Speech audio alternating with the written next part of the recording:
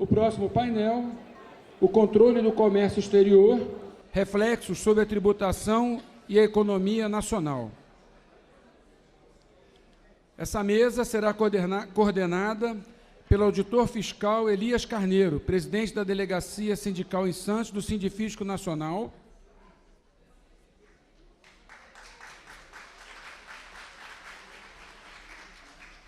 pela auditora fiscal Josete Vignoli da Silva, da DS Pelotas, do Sindifisco Nacional,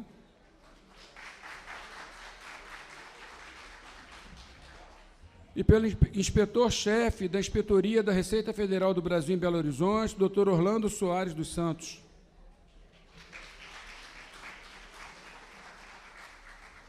Os palestrantes a quem convido à mesa são Dão Real, representante do Instituto de Justiça Fiscal,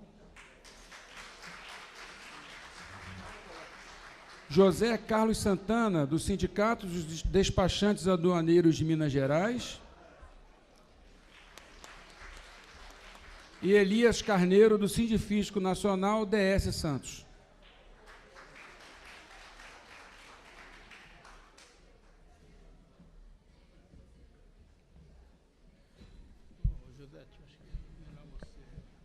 Com a palavra, Elias Carneiro. Boa tarde, plateia seleta. Em nome da Delegacia Sindical de Santos, gostaria de saudar a todos os presentes, especialmente os meus colegas auditores fiscais, dos diversos órgãos que estão aqui, os colegas de outras carreiras, saudar especialmente ao presidente Luiz Sérgio, meu amigo, militante de tantas jornadas, com quem eu tenho um respeito muito grande, e que falava a ele há pouco que ele está de parabéns por novamente ser um implementador de um evento desse naipe, que nós sabemos quanto é difícil falar de direito tributário. Nós que militamos nos berços acadêmicos, os alunos, quando falam que vão dar aula de direito tributário, torcem o nariz e não querem aprender. Mas nós temos o dever de ofício de levar a nossa sociedade às questões da área tributária e, nesse painel, especialmente a questão aduaneira. Saudar os nossos colegas partícipes dessa mesa, que muito nos honra estar aqui presente, e entrando propriamente dito no tema, que nós vamos tratar de questões aduaneiras, e provavelmente este é o motivo de eu estar aqui. Da cidade de Santos representa 35% de todo o comércio internacional brasileiro.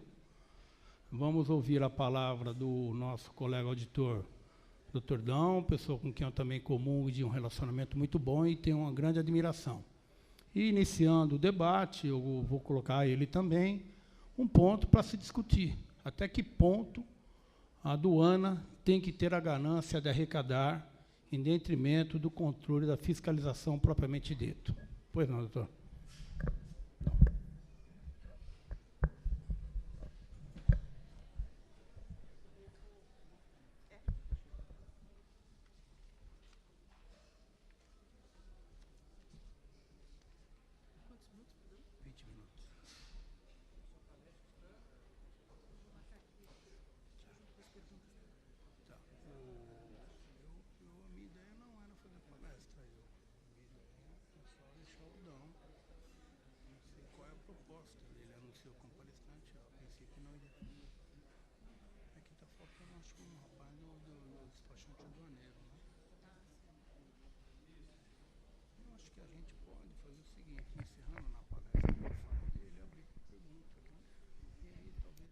Boa tarde a todas e todos.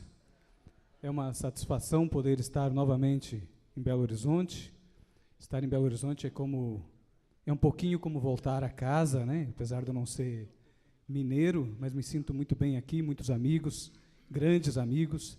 Muito obrigado ao Serginho pelo convite e também à Frente Mineira em Defesa do Serviço Público, para a gente estar aqui tentando circular ou apresentar diversos pontos de vista de um mesmo problema, que é o problema da iniquidade do sistema tributário nacional. Cumprimento a mesa e inicio já de pronto, até para aproveitar o tema, aproveitar o tempo, o tema específico que me coube tratar, que é o controle do comércio internacional. Na verdade, está sendo muito importante a minha participação como ouvinte neste evento, pelo tanto que estou aprendendo desde hoje de manhã até agora. E eu, com certeza, tudo que eu aprendi com os palestrantes vai ser útil agora na minha exposição. Na verdade, o que nós estamos tentando fazer é olhar o mesmo problema a partir de vários pontos. Estamos circulando o problema. Porque a melhor forma que tem da gente conhecer um problema é olhá-lo a partir de todos os pontos de vista. Eu vou colocar aqui apenas mais um ponto de vista, né? Mais uma consideração sobre a mesma temática, para que a gente efetivamente, quando formos combater a inequidade, e eu tenho certeza que vamos, que a gente consiga combatê-la de forma eficaz, né? Combatê-la de forma eficiente. A globalização, que é de onde sai todo esse modelo de comércio internacional que nós vivenciamos hoje, e que não é um modelo de comércio internacional que existia há 40, 50 anos atrás, é um outro comércio internacional. Essa globalização ela está profundamente relacionada com evasão. E talvez, em grande medida, a globalização ela se dá motivada pela evasão. São dois lados de uma mesma moeda. O Instituto de Justiça Fiscal, que eu faço parte, que nós construímos, enfim, tem vários integrantes aqui de Belo Horizonte, o Eugênio é o nosso diretor de Educação Fiscal e Cidadania, tem vários outros integrantes do Instituto. É uma associação civil, o Lettieri já comentou sobre isso hoje pela manhã, quando apresentou alguns pontos de estudos que estamos fazendo sobre o sistema tributário, especificamente sobre o sistema tributário brasileiro. Porque entendemos a necessidade desse instituto se deu exatamente em cima do entendimento de que é necessário tributar segundo a capacidade contributiva. Isto aqui é a forma de transformar o sistema tributário num instrumento para a redução das desigualdades sociais neste país. A grande mazela e a grande chaga que é urgente que combatamos rapidamente. Existem alguns projetos que estamos desenvolvendo, um deles é esse, pontos específicos de justiça fiscal, que o Lettieri comentou de manhã, e que já temos um documento aqui na frente, todos podem pegar para conhecer um pouquinho melhor quais são os pontos que estão sendo discutidos, que estão sendo debatidos. Convidamos a todos para se associarem ao Instituto. Amanhã vai passar uma lista para todos que tiverem interesse em receber alguma mensagem do Instituto para conhecer melhor, até para se associarem. Quem quiser se associar, já pega a ficha de inscrição ali, preencham e me entreguem, que a partir da semana que vem já vai ter um chato ligando para vocês, né? Ou mandando uma mensagem, né, sugerindo uma forma de contribuição, de colaboração com o Instituto. Estudantes podem se associar sem contribuição nenhuma. É importante, nós queremos que todos os estudantes do Brasil sejam associados ao Instituto, para serem os protagonistas das modificações do sistema tributário nacional, do sistema fiscal do país. O segundo grande projeto que estamos desenvolvendo e que já está funcionando é os donos do Congresso. Por quê? Porque nós entendemos que nenhuma ação, nenhuma grande modificação de importância social para este país vai ser viável se nós não conseguirmos desprivatizar a política nacional. Enquanto nós temos um sistema político financiado 80%, 75% financiado por empresários e por empresas, certamente este Congresso Nacional não vai ser exatamente a barreira contra os grandes pleitos de interesse da sociedade, em geral, os interesses difusos da sociedade de interesse público. Também estamos trabalhando com uma pesquisa, que já temos um economista trabalhando nisso, que são as iniquidades do setor extrativo. E aí uma importância muito grande para o Estado de Minas Gerais, né? Nós podemos perceber hoje que o setor extrativo mineral, precisamos rever toda a legislação que trata sobre os benefícios para a exportação. O setor extrativo mineral hoje no Brasil, se comparar os dois setores extrativos, petróleo e gás, com todo o setor de exploração de minério, percebemos que o setor de petróleo e gás paga em contribuições, em compensações financeiras e tributos, quase 100 vezes mais do que todo o setor de minério, de exploração de minério do país. Isso é uma iniquidade. Enquanto isso, nós estamos distribuindo concessões para a exploração de minas, de um bem público da sociedade, em modelo de distribuição feudal. O primeiro que chega leva a licença e começa a explorar. E também um trabalho sobre fluxos ilícitos internacionais. Então, isso sobre o Instituto, e vamos direto ao nosso tema, senão nós vamos perder bastante tempo, né? O controle do comércio internacional, que é isso que nos coube tratar, os reflexos sobre a tributação e a economia, os reflexos do comércio e os reflexos do controle. São duas coisas que a gente precisa tratar de formas distintas. Hoje me perguntaram, numa entrevista do pessoal do Simprofaz, qual era o efeito do comércio internacional, aliás, qual era o efeito da política tributária no comércio internacional. Na verdade, é mais fácil perceber qual é o efeito do comércio internacional na política tributária. E não o contrário, porque o comércio internacional interfere de forma direta no modelo de política tributária que nós adotamos. E vamos ver por quê. E, dentro a máxima que está norteando atualmente o comércio internacional no mundo, que se materializa pelo Acordo de Facilitação do Comércio, que foi aprovado no final do ano passado, na rodada de Bali, na Indonésia, da Organização Mundial de Comércios, onde aprovaram um acordo internacional de facilitação do comércio, e a máxima que está por trás desse acordo é dificultar o controle para facilitar o comércio. E precisamos ver por que isso está acontecendo assim, e quem ganha com isso. Vamos adiante.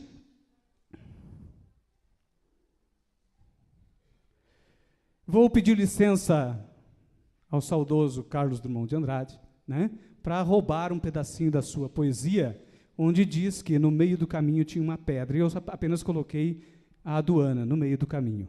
E, efetivamente, as aduanas do mundo estão no meio do caminho, né? E somos a pedra no meio do caminho. No meio do caminho tinha uma pedra, está no passado propositalmente, né? Tinha uma pedra. E a função da pedra no meio do caminho, não sei se foi essa a intenção do Carlos Drummond, era a função de realmente criar uma barreira, né? O comércio internacional, puro e simples, livre e solto, ele funciona quase que como uma enxurrada, com um poder destruidor fantástico. Há necessidade de os países colocarem pedras no meio do caminho para reduzir a velocidade dessa enxurrada e controlar os possíveis danos que essa enxurrada pode produzir nas suas estruturas, né? Nas suas estruturas sociais construídas. Eu só mudei a palavra, agora também com a licença, né? No meio do caminho tinha uma aduana no meio do caminho, tinha uma aduana no meio do caminho, tinha uma aduana, né? O que nós queremos é modificar o tempo do verbo, né? No meio do caminho tem que ter uma aduana, no meio do caminho tem que ter uma pedra. E a nossa função é tentar encontrar a pedra do tamanho certo. Os volumes de comércio internacional do Brasil, isso é importante que a gente tenha ideia, até para entender a dimensão do controle do comércio internacional, é de aproximadamente 480 bilhões de dólares, foi em 2011. Isso representa em torno de um quarto do nosso PIB. A corrente de comércio, exportações e importações. Este é o universo de trabalho da aduana brasileira. 400, quase 500 bilhões de dólares. É um quarto do nosso PIB, tá certo? Importações e exportações, quase a mesma quantidade, de um PIB de 4,4, aproximadamente um quarto, né? Este aqui é o volume, é o que controlamos. É o que controlamos. Estes volumes de comércio internacional, esse aqui eu estou tentando me adaptar aqui, ó. Não, ele está passando direto. Passa só, dá um enter aí, por favor. Não está entrando? Se não, pula essa tela, pode pular. Pode pular que a gente ganha tempo. Ah, não, está apagado ali, está apagado, deu algum problema. Pronto, essa aí, pode botar essa aí. Opa, deixa que eu passo aqui. E aí, o comércio internacional, esse grande volume de comércio internacional que nós temos, ainda é muito pequeno se a gente comparar o comércio internacional do mundo todo, mas está dentro de um processo de globalização que significou, nos últimos 30 anos, uma transformação completa da natureza do comércio internacional. E nós, como instituição pública, Receita Federal, aduana e Receita Federal, temos que entender essa transformação e essa dinâmica por que passou o comércio internacional, para também entender que tipo de adaptações nós temos que fazer na estrutura que nós vamos ter para controlá-lo. E por que da necessidade de controlá-lo? Tá certo? Se antes o comércio internacional se dava basicamente dentro de uma lógica de transferir bens de um mercado produtor para um mercado consumidor, e toda a transferência decorria de uma operação de compra e venda, hoje é totalmente distinto, não é mais assim. O professor Márcio Postman disse hoje de manhã que 70% do comércio internacional já está ocorrendo por dentro das grandes organizações. Ou seja, ele deixou de ser uma prática de comércio, ele passou a ser uma prática de transferência de insumos de uma unidade fabril para outra unidade fabril. O comércio não está mais no comércio internacional. O comércio está cada vez mais nacional. O fluxo internacional é muito mais de transferência. E a aduana continua atuando como se tudo fosse comércio. E é isso que a gente precisa se adaptar. O fluxo internacional, na maior parte das suas ocorrências, ele deixou de ser uma atividade pura e simples de comércio e se transformou numa atividade de mera transferência de estoques ou transferência de insumos entre unidades das mesmas grandes corporações internacionais. E precisamos entender isso. A globalização e a participação do Brasil neste processo, como é que nós entramos nisso? E entender um pouco o que significa as tais de cadeias globais de valor, os mecanismos de evasão que estão por trás dessas cadeias globais de valor, vamos passar rapidamente por isso, e o quanto isso produz de desigualdade, o quanto isso interfere na regressividade do sistema tributário. Ou seja, o quanto o comércio internacional, no modelo que ele está sendo engendrado e construído, o quanto que ele interfere na política tributária dos países, o quanto que ele mitiga a soberania nacional. Vamos adiante. A globalização, ela produz uma profunda reconfiguração do ambiente internacional de negócios. Ela desnacionaliza as empresas. O professor Márcio Postman disse também de manhã que 500 empresas controlam a produção de tudo no país, no mundo. As grandes empresas são maiores que a maioria dos países. Esta é uma realidade. As empresas, as grandes corporações do processo de globalização, elas subiram um degrau. Que degrau? Elas subiram um degrau acima dos Estados. Elas estavam inseridas dentro da Organização dos Estados Nacionais. Elas passaram para um andar de cima. Os Estados ficaram na interface entre as grandes corporações e a sociedade. E é isso que está acontecendo hoje. Uma centralização absurda dos controles, uma distribuição espacial da produção. As grandes companhias concentram os poderes, através de fusões, através de incorporações, mas elas fatiam os seus processos produtivos em inúmeros países pelo planeta. Isso é da natureza da globalização. Com isso surge a necessidade de um aumento muito grande do comércio internacional. E aí é desse movimento todo que surge toda uma construção de redução do papel dos Estados no controle sobre o comércio internacional, para permitir que esse fluxo não seja interrompido por um mero interesse de um país. O país está na interface, ele não está ali para impedir que o processo de globalização ocorra de forma fluida. Por isso que se fala muito da fluidez do comércio. Porque é necessário transferir, já que eu tenho meu parque produtivo espalhado pelo mundo, eu tenho que conseguir transferir rapidamente os bens de um país para outro. E os países não podem oferecer resistências a isso. Os países e as suas pedras no caminho precisam ser removidos. Tá certo? É uma forma de desconstituição de fronteiras. A nova etapa da centralização de propriedade e de controle, que deixou de ser territorial, os controles passam a ser fora do espaço da produção. Os controles das grandes companhias não estão mais no país onde as companhias estão operando.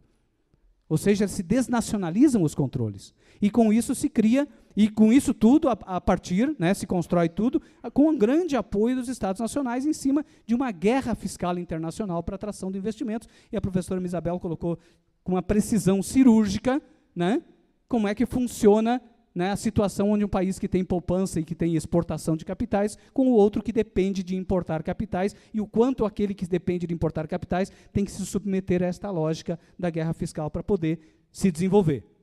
Tá certo? A globalização nos últimos anos, nos últimos 20 anos, ela produziu um aumento do comércio internacional de 5 vezes. Nesse meio tempo, o PIB aumentou só 2 vezes. O que significa que o aumento do comércio internacional não significa necessariamente um aumento do processo de desenvolvimento dos países. É apenas um aumento de fluxo, que se dá pela necessidade das empresas transferirem os bens. Nesses 20, 30 anos, o PIB mundial aumentou 2 vezes. Mas aconteceu também, paralelamente a isso, um aumento brutal da concentração de riquezas nos últimos 20, 30 anos. 70% dos recursos ficaram nas mãos de 20% da população, enquanto 50% da população ficou no mundo todo com 2% dos recursos que são gerados. Quer dizer, é um processo de globalização que desenvolve determinados setores, mas que não distribui benefícios para a sociedade internacional da forma como se esperava que fosse, ou da forma como nos disseram que seria aqueles que sempre defenderam o processo de abertura e de globalização há 20, 30 anos atrás. A globalização, de fato, acaba representando para nós e para os países, principalmente os países em desenvolvimento, como uma armadilha. Assim como é uma armadilha que precisa ser desarmada, a privatização do sistema político, que não deixa fazer avançar as propostas de interesse da sociedade, também é uma armadilha contra a soberania dos Estados, o processo de globalização no modelo que ele está sendo construído. Ele é importante? Sem dúvida que é importante. A internacionalização da economia dos países é importante? Sem dúvida que é. Não tem outro caminho hoje para conseguir o desenvolvimento. Mas o que acontece aqui é que a desregulamentação dos fluxos comerciais e financeiros, com a redução de impostos e de controles, acaba produzindo um efeito, talvez não direto, ou talvez até direto, que é o efeito do empobrecimento das bases tributárias de todos os países. O G20 e o G8 já se atentaram para isso, que as grandes corporações multinacionais, aquelas que detêm a maior parte do poder econômico do mundo, elas não pagam mais do que 5% de imposto de renda. Não pagam mais. É 5% de imposto de renda. É como se elas decidissem pagar 5% de imposto de renda no mundo. No mundo, elas escolhem onde vão pagar, e não pagam mais que 5%. E todo o resto que elas deixam de pagar, qualquer empresa nacional aqui vai pagar, no lucro real, 34% de imposto de renda sobre o lucro. Em torno de 34%, imposto de renda mais contribuição social. Mas a multinacional, que opera aqui, no seu conjunto, ainda que ela pague 34% aqui, se pagar, no seu conjunto todo não vai pagar mais do que 5%. Isso é estudo da OCDE, dos países ricos. Os países ricos dizem isso, não somos nós que estamos dizendo. Tá certo? E ocorre neste processo todo, e para facilitar, e também como uma armadilha, para facilitar este processo todo de transferência de lucros para locais mais seguros ou menos tributados, ocorre todo um processo de desmaterialização do valor dos bens. Os bens não têm mais o valor da matéria-prima e do trabalho. Eles têm o valor da matéria-prima e do trabalho, mas eles têm um componente imaterial, intangível, muito alto. E sem controle. Ninguém sabe qual é o valor do royalty desse aparelho aqui. E é livre. Eu digo o que eu quero que seja. Eu digo que 99% do valor desse aparelho aqui é royalty. E eu digo que o dono do royalty está nas Ilhas Cayman. E quando eu vender esse aparelho, 99% do valor vai para as Ilhas Cayman, para beneficiar o dono do royalty, ainda que o processo produtivo no meu país dê prejuízo. Ainda que produza prejuízo no país. Nós vamos ver como é que isso funciona. É uma nova arquitetura que precisa ser combatida. E os acordos internacionais por trás disso tudo, garantindo o direito desses grupos econômicos. Isso desde 2000 já estava visto. Vejam que isso aí não é uma coisa nova. Não é uma coisa nova. A CPI dos medicamentos, em 2000, do Congresso Nacional, chegou à conclusão de que os insumos da indústria farmacêutica entravam no Brasil com um superfaturamento de 5.000%. O que significa dizer que eu estou comprando um bem por um valor 5.000% maior? Significa dizer que o meu custo no Brasil eu vou majorar em 5.000%. Se eu majoro o meu custo em 5.000%, eu reduzo o meu lucro proporcionalmente. Isso de forma escancarada. E isso de forma escancarada e protegida pela desmaterialização do valor do insumo. Porque eu digo que o valor do insumo é mas o restante todo é royalty. E ninguém contesta isso. Ninguém contesta. Tá certo? Isso tudo vale para transferir os lucros para o exterior, para praticar aumentos abusivos de preço. No caso dos medicamentos, era para esses 2 motivos. Isso lá em 2000. Basicamente, o esquema de tributação de lucros, aqui o pessoal da Receita conhece muito bem, da Procuradoria conhece muito bem, mas para os estudantes que estão aqui, também devem conhecer, mas só para ter uma ideia mais clara, é receita menos custo vai dar o lucro. O que tributamos é o lucro. O que tributamos está aqui. Só que isso aqui, eu escolho como vai ser, porque eu posso mexer aqui ou eu posso mexer aqui. Se eu estou trabalhando com empresas vinculadas, se são empresas de um mesmo grupo. Quando eu digo lá que 70% do meu comércio internacional está se dando entre empresas vinculadas, eu estou dizendo que 70% daqueles 500 bilhões de dólares, os operadores, importadores e exportadores, podem escolher o que vai ser a receita e o que vai ser o custo. Se eles podem escolher, porque é uma mesma empresa, eu vendendo para mim mesmo, eu digo por quanto que eu quero comprar e por quanto que eu quero vender, é para mim mesmo. Se eu posso escolher, eu vou decidir aonde que eu vou tributar. É quase como um direito a escolher não tributar.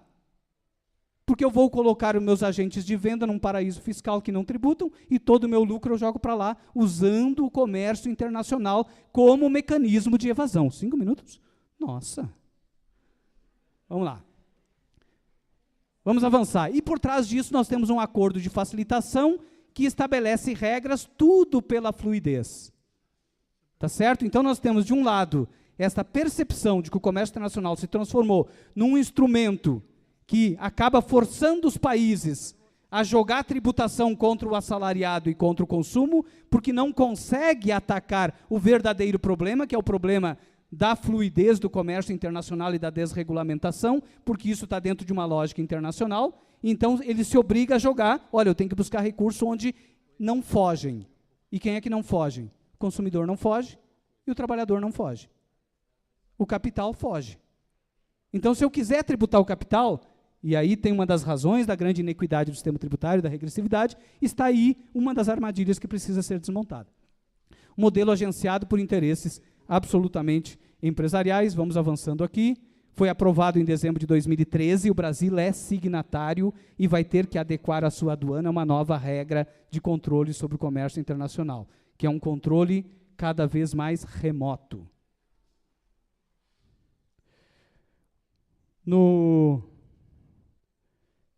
Ele não está... Por que ele não está passando ali as figuras certas?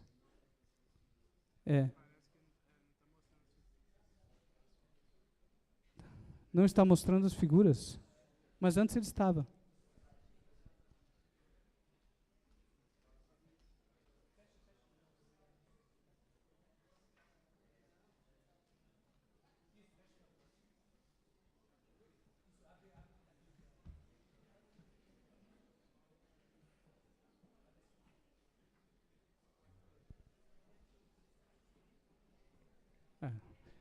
Me concederam mais uns minutos que o outro palestrante não veio. Vou roubar o tempo da minha. Tá. Pode abrir ele direto e segue até lá.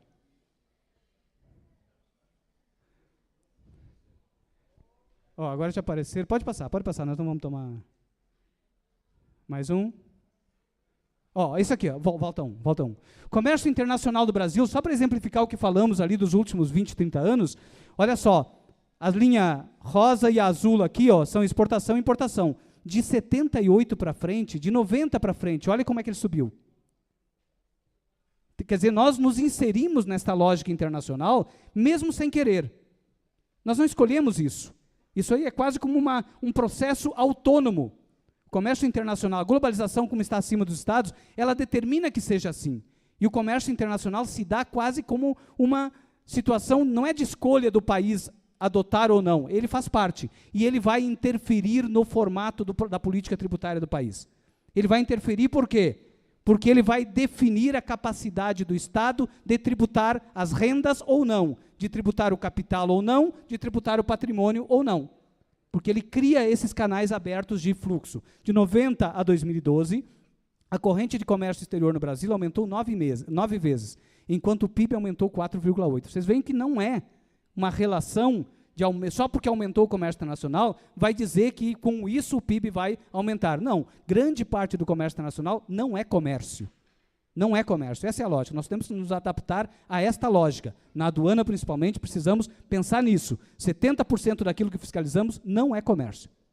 Se não é comércio, não podemos adotar regras de comércio. As regras têm que ser outras. Ainda que tenhamos que flexibilizar a aplicação de acordos. Não podemos aplicar acordos que nos obriguem a tratar como comércio algo que materialmente não é comércio. Tá certo? Vamos passar adiante. Eu vou deixar passar aqui, ó. Como evadir impostos? Esta é a fórmula da globalização. Esta é a fórmula. Olha só. Eu crio múltiplas filiais espalhadas pelo mundo, serviços financeiros, marketing, seguros, serviços jurídicos. Pelo mundo, espalho. Espalho isso pelo mundo. Tá? Eu localizo os serviços e a propriedade dos bens intangíveis nos países que são esconderijos, nos paraísos fiscais.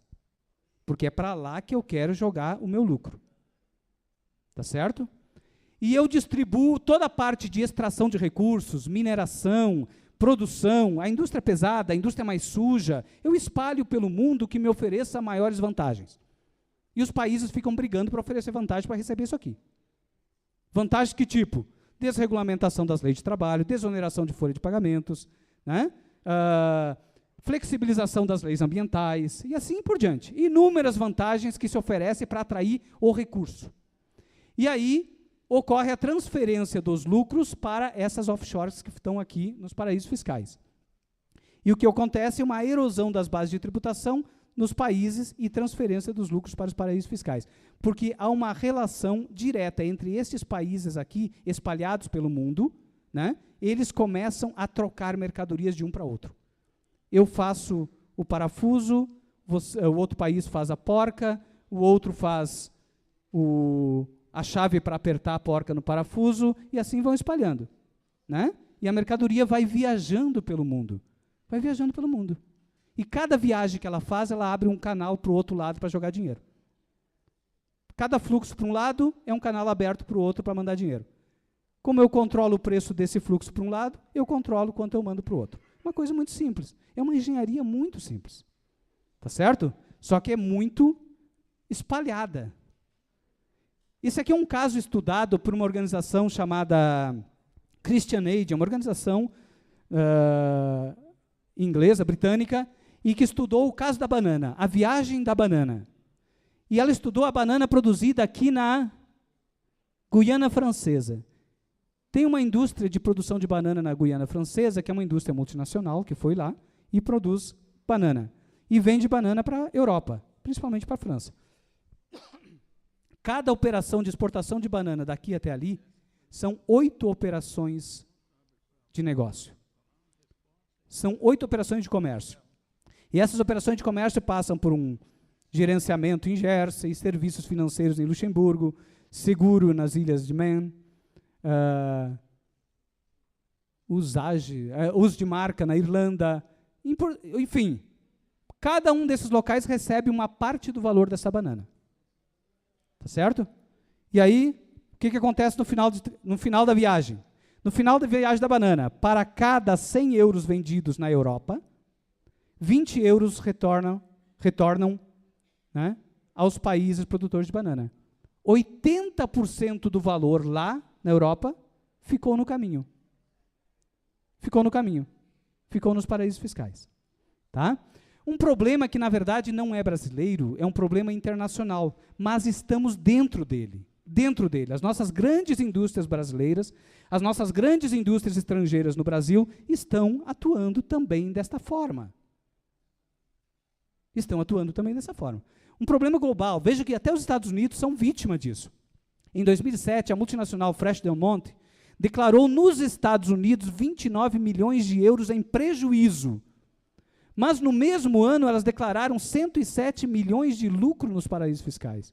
Ora, não tem sentido num paraíso fiscal gerar um lucro de 107 milhões de euros, e no país onde produz, onde gera custo social, onde gera custo ambiental, onde gera problemas sociais dos mais diversos tipos, principalmente quando nós estamos tratando de produtos minerais, e aí gera prejuízo no país. Portanto, lá não paga impostos. Vou passar... Isso aqui é só para exemplificar que é um problema global, não é um problema só nacional, mas precisa ser enfrentado. Né? O Brasil tem enfrentado de alguma forma. A evasão tributária pelo mundo... olha só, o montante estimado de evasão é de que até 2015, o mundo, de 2000 a 2015, ou seja, 15 anos, o mundo desenvolvido terá perdido, desenvolvido, não estamos falando de subdesenvolvido ou de desenvolvimento, e terá perdido 2,5 trilhões de dólares pelas práticas de evasão por este método aqui. E aí o pessoal do sonegômetro, né, de repente poderia se trabalhar também essa questão, o quanto poderia se estimar de perdas tributárias pelo processo da globalização e não somente pelo processo da sonegação direta. Né? Eu não sei se é possível a gente estabelecer uma metodologia para isso. Este valor aqui, ó, daria para cobrir 2,7 vezes o montante necessário para cumprir as metas do milênio, só o que se vai sonegar até 2015.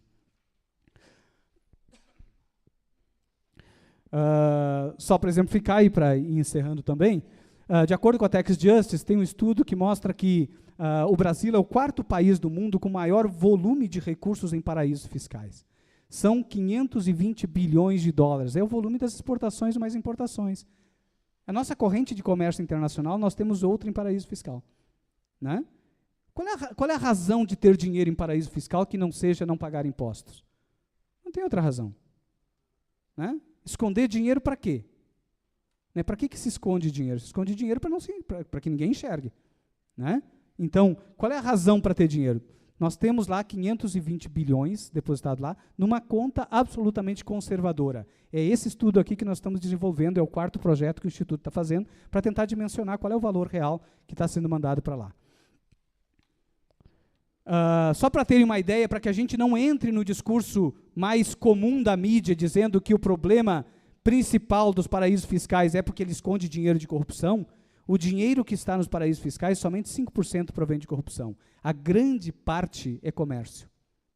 A grande parte é comércio. Ou seja, são importadores e exportadores do mundo que utilizam o paraíso fiscal como sendo depositário dos seus lucros. Tá certo? Que esse aqui é... Bom, esse aqui eu vou pular, porque isso aqui é uma coisa... Né, o paraíso fiscal aqui pretinho, né? Eu mando a mercadoria para este país, exporto para este país por 1 cifrão, mas esse país importou por 4 cifrões, onde 3 cifrões vão ficar aqui e 1 cifrão volta para cá. Tá? Terminou, né? Só para... na verdade, são 70% do volume de comércio internacional do Brasil ocorre entre empresas vinculadas. Só para dar um dado... No Brasil, os 10 maiores volumes de negócio internacional do Brasil, 7 são paraísos fiscais. Os 10 maiores volumes de importação e exportação do Brasil, 7 são com paraísos fiscais. Dos 256 bilhões de dólares vendidos, exportados pelo Brasil, 30% foi vendido para a Suíça e Caimã. Né? Vocês veem que o volume... Quer dizer, não dá para imaginar que as empresas brasileiras não utilizem esse artifício. Né? E nós temos regras para controlar isso, que são as regras de preços de transferência. Só que o problema das regras de preço de transferência é que as nossas regras de preço de transferência não estão sendo suficientes para combater. Apenas todos os ajustes feitos de preços de transferências representam, no montante de comércio internacional, 0,3% da corrente de comércio. Ou seja, se eu imaginar que 70% de todo o comércio se dá entre empresas vinculadas, não é razoável eu imaginar que somente 0,3% do valor foi afetado. Ou seja, aqui nós temos um potencial muito grande de trabalho fiscal e que exige uma articulação muito forte da aduana com a Receita Federal como um todo. aduana e tributos internos, tá certo? Enquanto isso, nós somos a 114ª nação mais desigual do planeta, ou 85ª em desigualdade social, apesar de sermos a 7ª economia do mundo. 26% de toda a renda do Brasil, né, está nas mãos de 1% da população brasileira. O modelo ele é absolutamente concentrador e ele cria as armadilhas que impedem a desconcentração. Então, se a gente entende qual é a armadilha, a gente passa a lutar contra ela.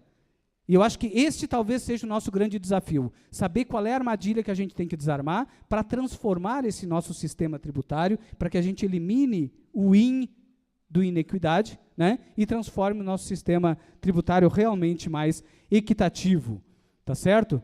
Enquanto isso, nós somos obrigados a conviver com isso.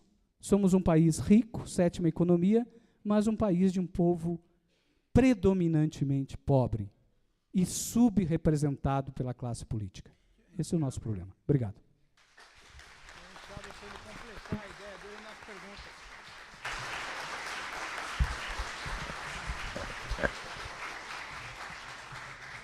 Queria saudar o nosso colega Adão pela brilhante palestra. Aliás, várias vezes eu tive a oportunidade de assisti-las, alguns momentos, alguns temas diferentes, mas com muita propriedade, né, elencando as suas ideias, com muita objetividade e muito didática.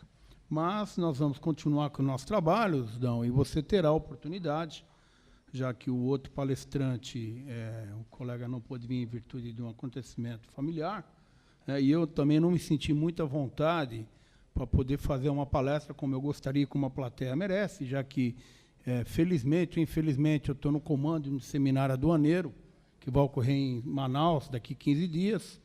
É um evento que nós queremos fazer de vulto internacional e que está tomando um tempo muito grande da minha pessoa. Então, eu já peço desculpa ao plenário, mas me sinto, evidentemente, contemplado quase tudo com as suas palavras. Não tudo, mas quase tudo. E aí que está o êxito da nossa democracia.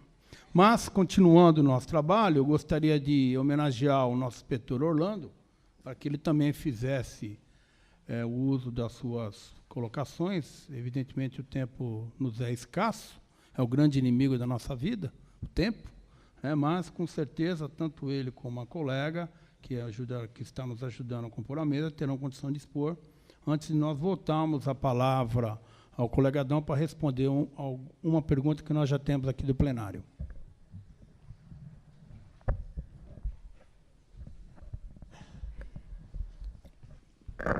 Boa tarde a todos. Não poderia perder a oportunidade de agradecer ao Serginho pelo convite, aos organizadores do evento pela iniciativa e principalmente pela oportunidade de ter podido ouvir e participar dessa reflexão acerca do nosso sistema tributário. Enquanto parte do processo que somos, né, como administradores tributários,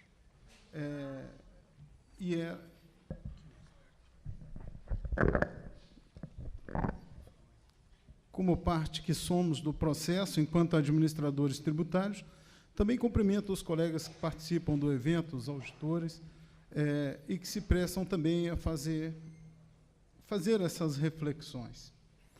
Fico honrado de participar da mesa, principalmente pela presença dos nobres colegas e especialmente do colega Adão Real, que é um dos pensadores, um dos colegas cuja opinião na área aduaneira mais respeitamos, né, por sua obra, por sua participação, pelos artigos, e não por menos pela palestra proferida, por todas essas reflexões. Nós sabemos a importância do comércio exterior brasileiro para a sustentação do produto interno bruto. Sabemos ainda da importância da aduana brasileira, cuja missão é de proteção à sociedade, essencialmente. Essa é a nossa missão institucional, proteger a sociedade. Em que pese, como reflexo desse controle e dessa proteção, resulte na imposição tributária, né, com todas essas inequidades que nós conhecemos. De plano, são essas considerações que gostaria de fazer, e um pouco voltar ao colega Adão Real para falar.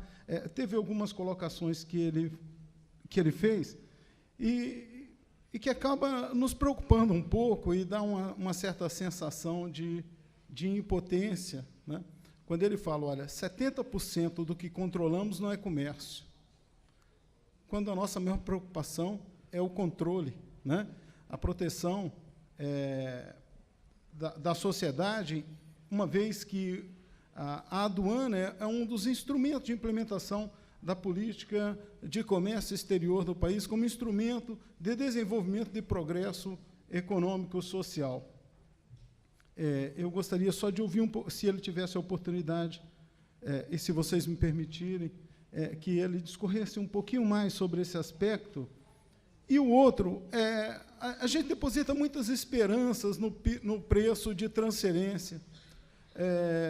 A gente tinha a expectativa que ele fosse mais efetivo.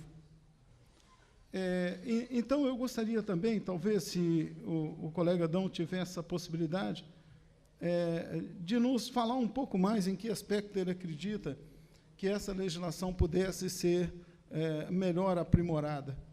Porque esse talvez seja o elo de ligação mais forte entre os controles aduaneiros e a gestão dos tributos internos, né? E talvez fosse esse também um instrumento que pudéssemos, com o qual pudéssemos avançar no combate a esse esquema aqui apresentado. Seria isso. Eu vou passar a palavra para o colega Adão para responder esse questionamento, colega. E eu já vou aproveitar, tem uma pergunta do nosso colega do Sindicato do Poder Judiciário aqui de Minas Gerais, o Gerson. Ele tá em suma, perguntando o seguinte: como controlar essas questões de combate à destruição das riquezas naturais, uma vez que o capital financeiro mundial está trazendo um descontrole muito grande nas questões aduaneiras.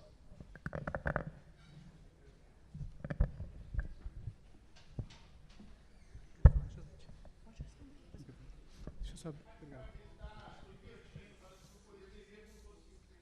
Eu posso... Isso. eu leio. Gerson, do Sindicato dos Trabalhadores do Poder Judiciário, nós vamos ler a pergunta como formulada. O descontrole comissivo, ou melhor, a relaxação dolosa das barreiras alfandegárias, destroem a economia interna nacional. Como reverter ou revolucionar a ordem econômica com a adesão popular para dedicar as riquezas naturais e as capacidades criativas autóctones no enfrentamento ao capital financeiro mundializado?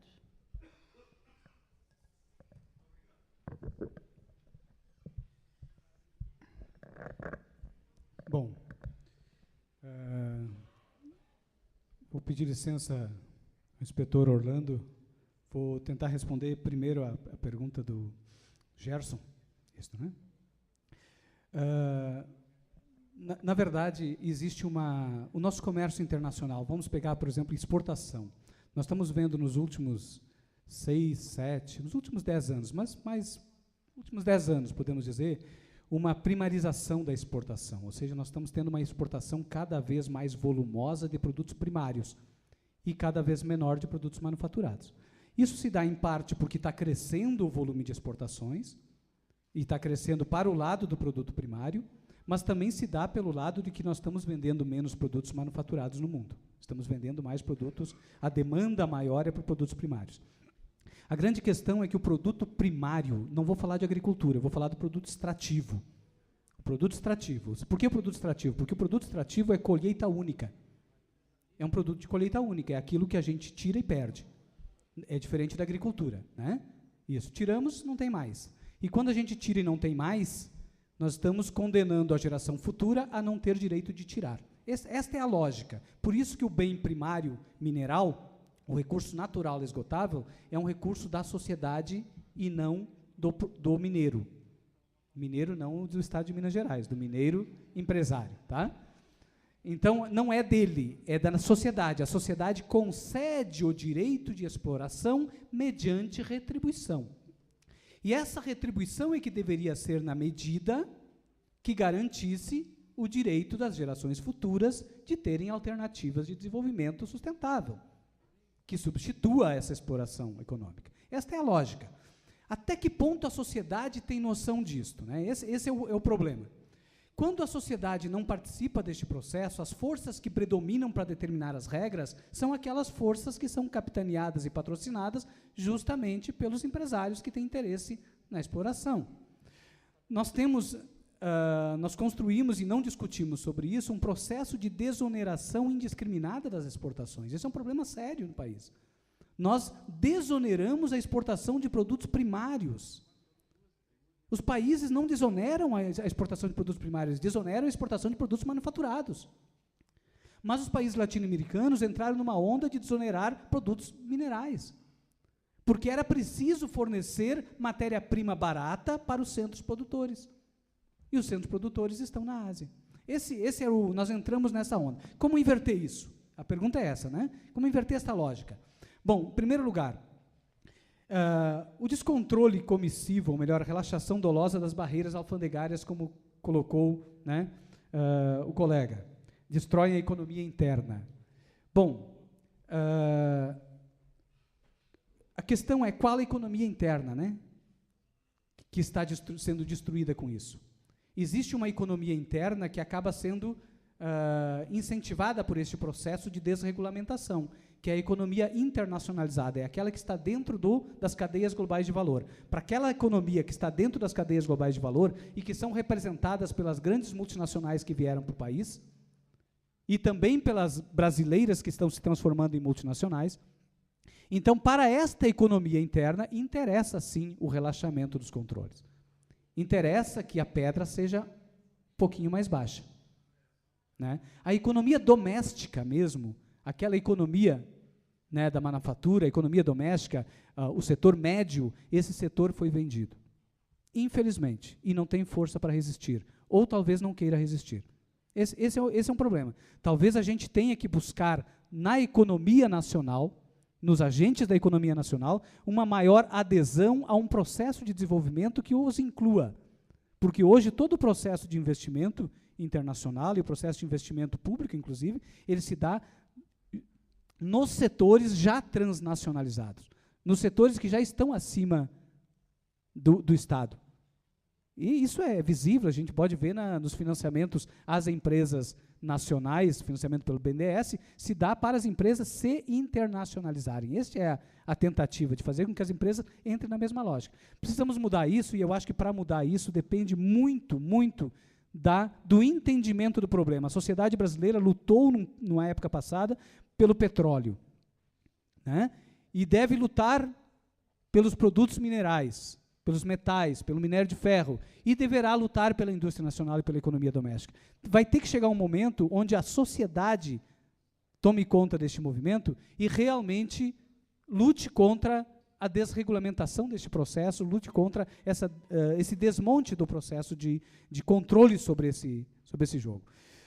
Tentando responder um pouco a questão do Orlando, claro, ninguém duvida e ninguém discute o papel da aduana como um órgão de proteção da sociedade, né? Eu atribuo um dos trabalhos mais importantes da aduana brasileira nos últimos anos foi a apreensão e a devolução de mais de 1.000 toneladas de lixo doméstico que estava vindo da Inglaterra. Não tem efeito tributário nenhum, mas um efeito social e ambiental profundamente nocivo, e a aduana interceptou e devolveu para a Inglaterra. Depois interceptamos também aqui no Nordeste, né, aqui não, lá no Nordeste, acho que foi, eu não me lembro se foi em Pernambuco, né, lixo hospitalar. Então, quer dizer, quando a aduana atua assim, atua conseguindo perceber que existem coisas que não podem entrar e que precisam ser barradas, e essas coisas não têm função, não têm influência e efeito nenhum do ponto de vista tributário, está excelente. É importante que faça. Tá certo? De outro lado, a aduana também precisa trabalhar naquilo que se refere à biopirataria dos produtos brasileiros. Né? Precisa se equipar para impedir que os produtos que nós não queremos que saiam. Temos que impedir isso. Não apenas impedir que entre o que não queremos que entre, mas impedir que saia aquilo que não queremos que saia. E são os produtos da nossa riquíssima, né, biodiversidade. Além, claro, do patrimônio histórico, do patrimônio cultural, enfim, uma série de coisas. E nós não estamos suficientemente preparados para fazer essas barreiras também seletivas contra o que sai. De outro lado, né, somado a esta responsabilidade que cresce diariamente, que cresce dioturnamente, a responsabilidade social com valores ambientais, valores da saúde pública, valores da segurança pública, e que temos que estar permanentemente atentos a isso. Além disto, somando-se a isto, chega, né, uma nova realidade, uma nova dinâmica de comércio, que tem um poder de corrosão brutal da economia e das bases de tributação do país, que é o processo da globalização, utilizando o comércio internacional como mecanismo de evasão. E que também temos que estar atentos a isso. E também temos que, porque somos nós que estamos lá, somos nós que, queiramos ou não, somos nós a pedra no caminho.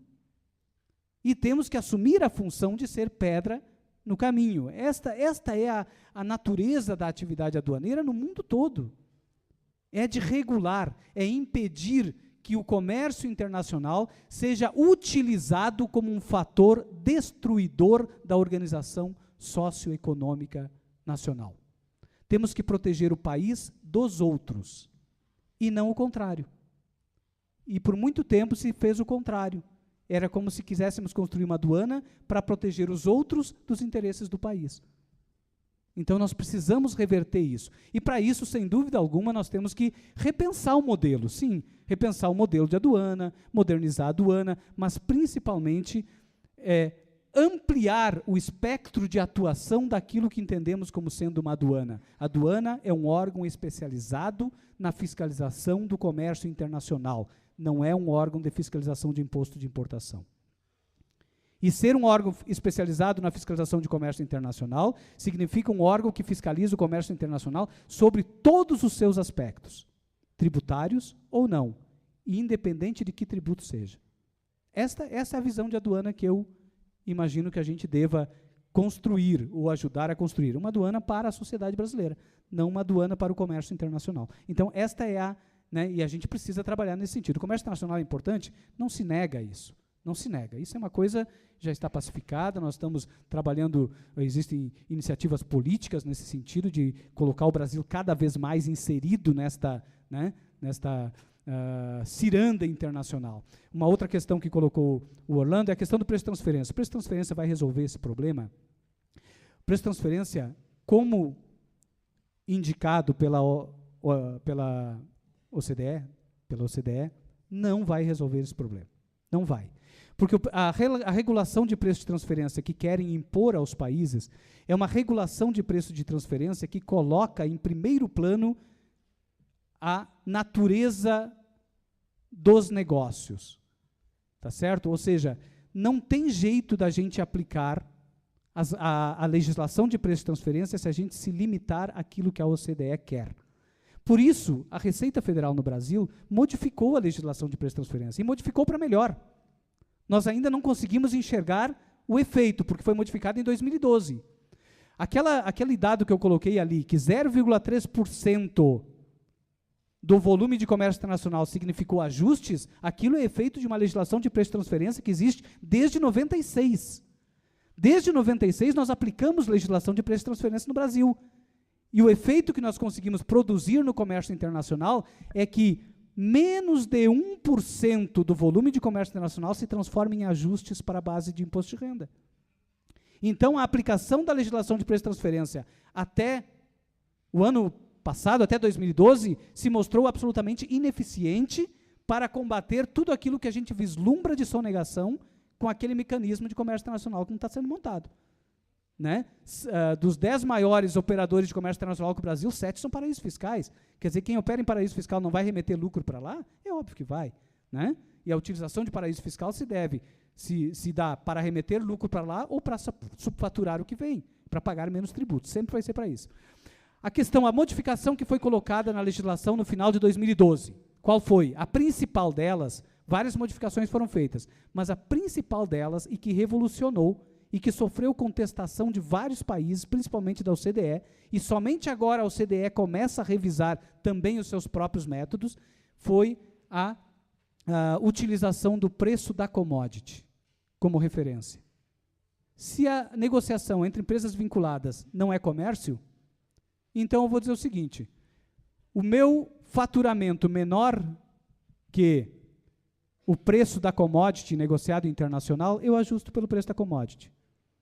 O meu custo, se é maior do que o preço da commodity, eu ajusto pelo preço da commodity internacional.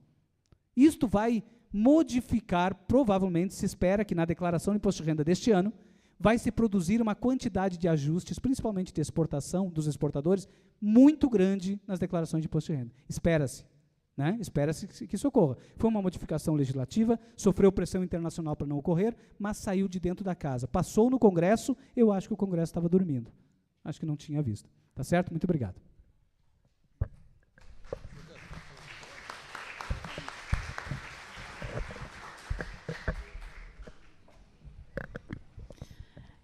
Boa tarde a todos. É uma honra estar nessa mesa, aprendendo mais um pouco aqui com o meu colega Dão Real, né? Eu venho da área previdenciária e, com muita tristeza, acompanho, Dão, as mudanças na legislação, as exonerações, todos os problemas que nós estamos vendo no desmonte da Previdência Social brasileira. E também dentro da nossa casa, né, na Receita Previdenciária, onde a fiscalização das contribuições previdenciárias, praticamente, ela foi extinta. Eu te pergunto, nós temos aí um seminário aduaneiro pela frente, eu te pergunto sobre o panorama da aduana brasileira hoje, as perspectivas, as ameaças. Como é que tu vês? Eu queria que tu traçasse um cenário da administração aduaneira frente a essa proposta global, né, a globalização e evasão de tributos. Antes de passar a palavra ao colega Dão, eu vou fazer mais 2 perguntas, Dão, para você responder em bloco, pode ser?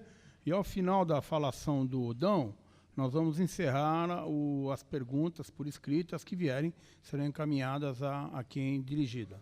Nós temos a pergunta do colega Bianco, de Belo Horizonte. Ele pergunta como justificar o desenvolvimento experimentado pelo Chile e pelo México, mesmo adotando o modelo neoliberal e a globalização. Outra pergunta, eu acho que é a colega Eulália. Ok, Eulália, eu vou ler, tá bem? Você poderia falar sobre o preço de transferência no setor de serviço?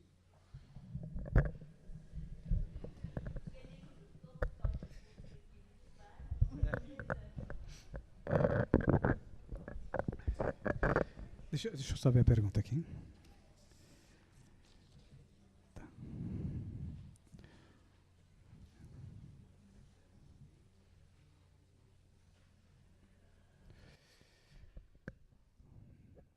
Bom, há controvérsias quanto ao desenvolvimento experimentado pelo México, né? O Chile não fala, mas quanto ao México, há controvérsia. Tem muitos, né? É um desenvolvimento absolutamente concentrador de renda, né? Existe uma pobreza enorme e tal. No Chile é diferente. O Chile tem né, eles conseguiram criar um sistema um sistema neoliberal, mas há um controle estatal muito forte, apesar de ser liberal. O controle estatal no Chile é realmente bastante forte, principalmente no setor extrativo, que é o carro-chefe, né? O governo chileno é sócio das minas, né? Ele mantém um controle. O Chile ainda tributa a distribuição de lucros.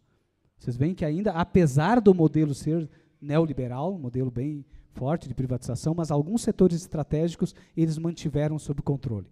Então, talvez por isso, né, o modelo do Chile tenha avançado de uma forma diferenciada de outros países que adotaram a ideologia neoliberal de forma mais radical. Quanto ao México, realmente, eu Eu acho que é um perigo o Brasil seguir na linha do México, né? Acho que é um perigo. O nível de exclusão social no México é realmente bastante grande. Apesar de ter desenvolvido a sua indústria, né? Principalmente as maquilas, né? Bueno, tem a pergunta da Josete e a pergunta da Eulália. A pergunta da Josete, que está referenciada em cima do nosso seminário, que vai ter agora, né? Que o Elias está coordenando, seminário em Manaus, seminário aduaneiro dos auditores fiscais. Qual é o modelo efetivo e para onde está indo? Eu não tenho assim grandes críticas a fazer ao modelo aduaneiro que nós temos, né? Não tenho. Por quê?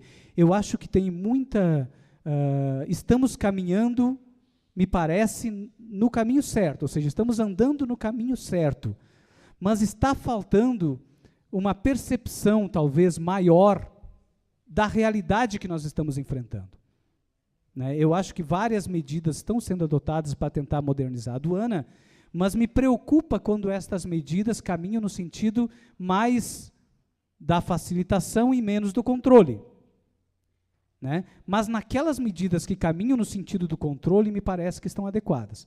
Eventualmente, nós estamos caminhando mais no sentido da facilitação, ou seja, é eliminar controles para facilitar o comércio, é aparar o tamanho da pedra, diminuir o tamanho da pedra e criar outras formas de controlar.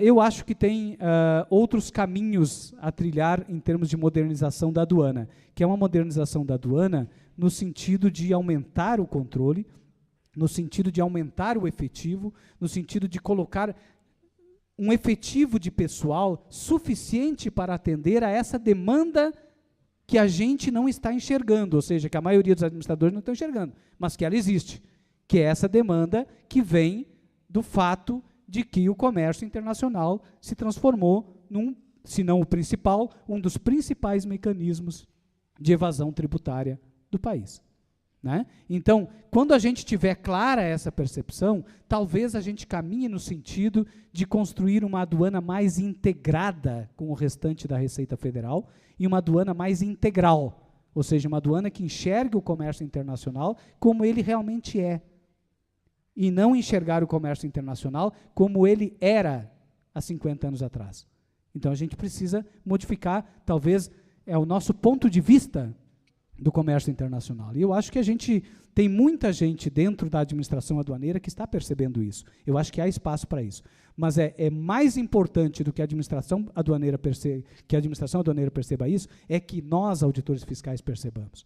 O mais importante é que a categoria perceba, né, a necessidade de assumir esse papel, né, o papel de efetivamente conduzir a construção de uma aduana que esteja mais voltada para o interesse da sociedade e menos voltada para o interesse dos operadores de comércio, com todo respeito aos operadores de comércio, né? Nós não podemos esquecer que há 2 anos atrás o ministro do Desenvolvimento, Indústria e Comércio sugeriu a retirada da aduana de dentro da Receita Federal para colocar lá no Ministério do Desenvolvimento, né?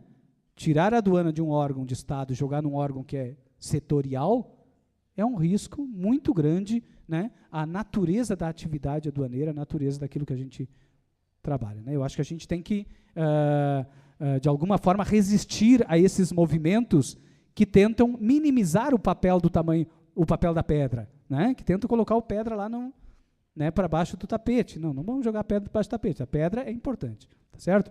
A pedra do Carlos Drummond. E a pergunta da Eulália é uma pergunta assim muito, né, muito importante. Preço de transferência no serviço. A legislação de preço de transferências no mundo todo, e no Brasil não é diferente, elas estão aí para controlar, para estabelecer limites, né, às operações entre empresas vinculadas, localizadas em distintos países, que são operações relacionadas com o comércio internacional, importação e exportação, e também comércio de serviços, compra e venda de serviços internacionais, pagamentos de serviços, pagamentos de direitos e também pagamentos de juros. Tudo isso. O que existe de efetivo de controle de preço de transferência no Brasil? Importações de bens. Somente isso. Nós não temos absolutamente nada de ajustes efetuados em decorrência, ajustes da base de cálculo do imposto de renda, em decorrência de pagamentos de serviços, em decorrências de exportações e em decorrência de compras, de pagamentos de serviços e de recebimento de serviços. Nós não temos. Mas temos uma iniciativa em andamento. E é importante, a gente não pode deixar de citar as iniciativas. A Receita Federal, junto com o MEDIC, está desenvolvendo um sistema que é o Siscoserve, que é para, pelo menos, começar a enxergar os serviços que estão sendo pagos. Nós ainda não estamos enxergando. Quer dizer, as grandes companhias lá, vocês viram lá naquele mecanismo de evasão, né, aquele mapinha lá, eu coloco lá nos paraísos fiscais quem? São aqueles que vão receber por serviços. Eles recebem royalties, recebem por marketing, serviços de propaganda, serviços de seguro, são serviços, eles estão lá todos os paraísos fiscais. Como eu posso pagar o que eu quiser de serviços, vai para lá sem controle nenhum. Então, o fluxo de pagamentos por serviços e o fluxo de pagamentos por mercadorias são as duas formas de jogar dinheiro para paraíso fiscal. Só que no serviço nós não estamos controlando. Precisamos controlar.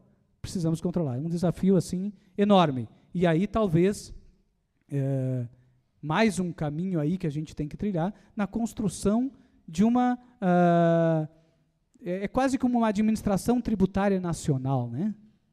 Ou seja, envolvendo a administração tributária dos municípios, que são os, né, que acabam cobrando impostos sobre os serviços, envolvendo a administração tributária dos estados, que trabalha na questão do ICMS das mercadorias, e envolvendo a administração federal. Nós temos que ter uma articulação conjunta para combater esta arquitetura internacional, que é uma grande fonte de sonegação. Agora, não tem solução? Tem solução. Tem solução. Aí, só para a gente não sair daqui de forma pessimista, né, com pessimismo. Não. A questão é, quando a gente não descobre qual é o problema, a gente fica dando soco na parede o tempo todo. E a gente acaba desistindo de lutar porque todo soco que a gente dá não bate na parede e volta. A gente não consegue avançar. Quando a gente descobre quais são os problemas, aí a gente pode atacar os problemas. E aí a gente abre o caminho, abre as brechas para construir o restante. Por isso que eu vejo hoje no país que o maior dos problemas do país é o sistema político.